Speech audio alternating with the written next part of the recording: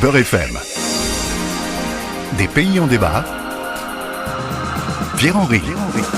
Vous vous posez parfois des questions sur l'actualité ou l'histoire, la géographie d'un pays. Un pays en débat, c'est la possibilité, tous ensemble, de s'interroger sur le principe des libertés individuelles et collectives dans le pays ausculté. Ça vous plaît ?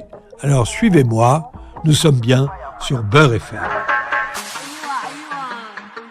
أنا بنت مكة أصيلة وعشانها تشقى إيه في وقت الشدة ما نتكة ينشد بي الظهر لاقيني عالدكة إيه فول وكاد الشعر مساقة نمبر وان هي راح تبقى كيف الجمال هنا راح تلقى بنت الغربية بنت مكة. Écoutez cette rappeuse, c'est Asayel Sleh. Elle est saoudienne et dans son clip, elle porte des lunettes de soleil, accoudée à un bar, à l'occidental. Pour ça, elle a été arrêtée en 2020. Le gouvernement juge que ce n'est pas sa place, en tant que femme, de chanter. Aujourd'hui, dans un pays en débat, on vous parle de l'Arabie saoudite, ce grand territoire désertique péninsulaire qui voit naître l'islam au 7e siècle de notre ère. C'est la destination du Hadj, le pèlerinage musulman qui réunit à la Mecque des millions de personnes chaque année. La mer Rouge l'accoste sur la façade est et le golfe Persique est à son ouest.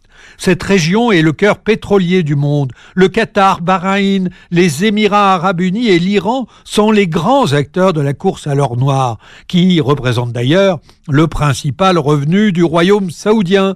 Ces exportations lui permettent de créer une dépendance auprès des plus grandes puissances mondiales, la Chine, le Japon, les États-Unis. La quasi-totalité des Saoudiens, 38 millions de personnes, est musulmane. On compte 10 à 15% de chiites et une petite minorité de chrétiens, principalement immigrés d'Asie du Sud. Mais la diversité religieuse en Arabie n'est pas bien admise.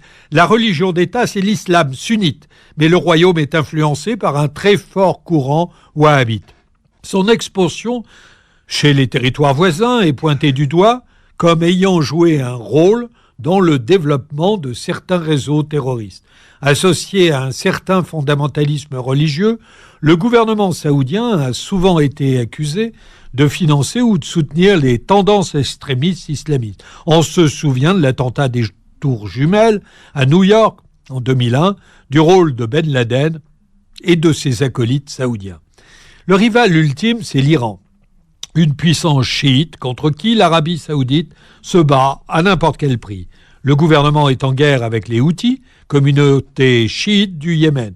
Depuis 2015, les attaques armées ne cessent d'un camp à l'autre. Les oppositions au régime, quelles qu'elles soient, sont condamnées.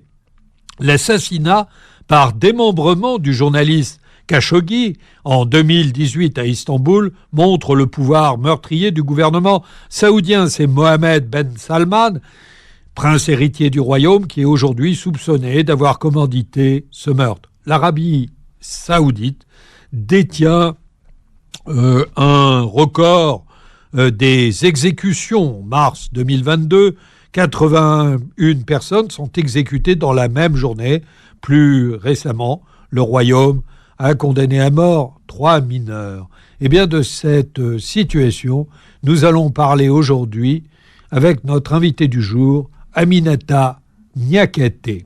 Aminata Niakhaté est avocate au barreau de Paris et elle est présidente d'Ensemble contre la peine de mort depuis 2021.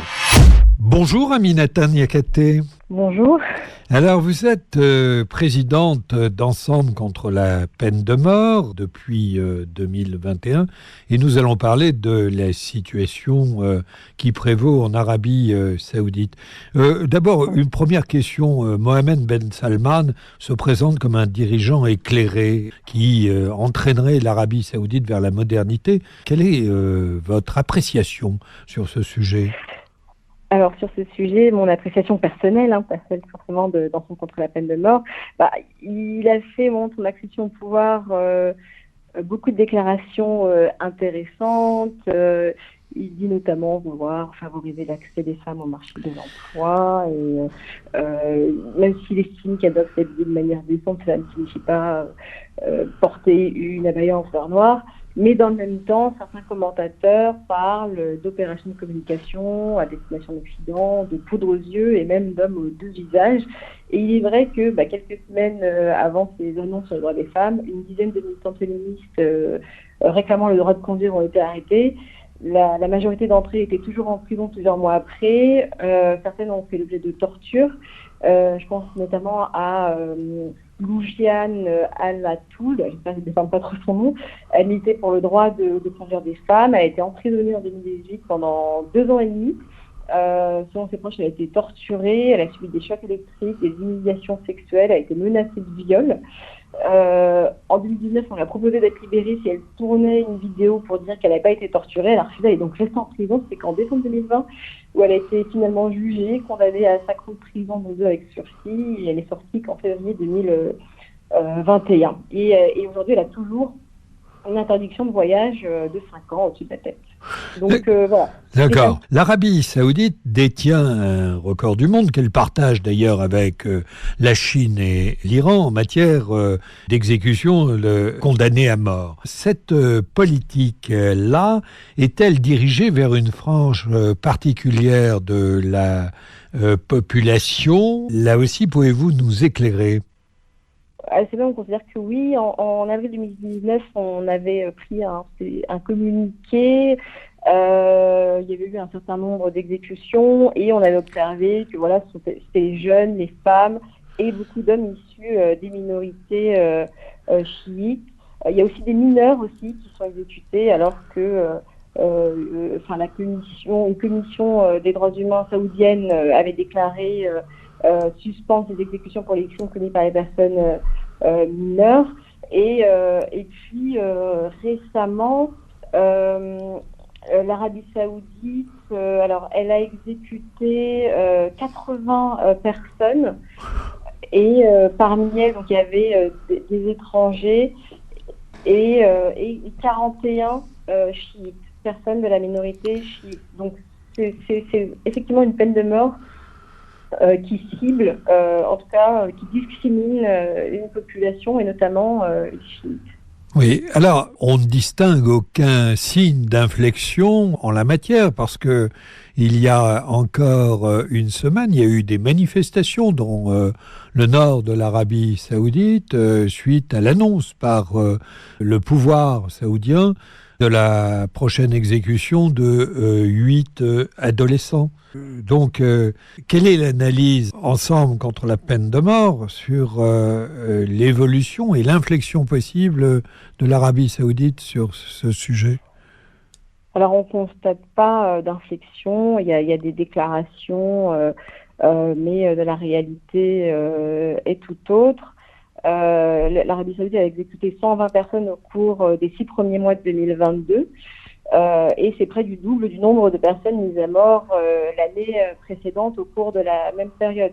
Et je vous disais tout à l'heure, la Commission saoudienne des droits humains a affirmé que le pays avait suspendu les exécutions pour les crimes commis par des mineurs, mais comme vous l'avez souligné, le tribunal spécial confirme des condamnations à mort de personnes mineures au moment des faits. D'accord. Alors, est-ce que Ensemble contre la peine de mort a des connexions avec d'autres organisations sur le plan international pour tenter de peser sur le pouvoir saoudien? Alors, je ne vous cache pas que c'est très difficile. L'Arabie Saoudite est un pays difficile d'accès. Les défenseurs des droits humains, pour eux, c'est risqué. De se positionner ouvertement contre la peine de mort, c'est risqué pour les journalistes, les avocats. Toutefois, le CPM essaie quand même de travailler sur ce territoire. On a fait une étude sur le processus d'abolition de la peine de mort dans les États membres de l'Organisation de la coopération islamique, et l'Arabie Saoudite est l'un de ces États membres. Donc on y observe que les processus d'abolition ils sont lents, risqués comme je vous le disais, mais il y a quand même néanmoins des raisons d'espérer parce que on voit un nombre croissant d'États musulmans devenus abolitionnistes. Donc bien évidemment l'abolition de la peine de mort n'est pas acquise, mais voilà, l'intervention de parlementaires, d'acteurs de la société civile ou d'autres personnes politiques en faveur de l'abolition a joué sur ce pays-là et aura un rôle décisif. Donc on continue en tout cas nous de fréquenter des partenaires de ces pays pour avancer, et l'étude qu'on a menée qui démontre à travers des exemples l'exemple précis d'États qui ont fait le choix de l'abolition est un outil pour accompagner les États rétentionnistes ou en moratoire vers l'abolition de la peine de mort et rompre avec les idées reçues. En 2021, le pays compte 57 États membres et 20 ont aboli la peine de mort et 12 sont en moratoire. Eh bien, merci de votre travail, et c'est sur cette note d'espoir que nous allons nous quitter. Merci Aminata Niakaté. Merci à vous.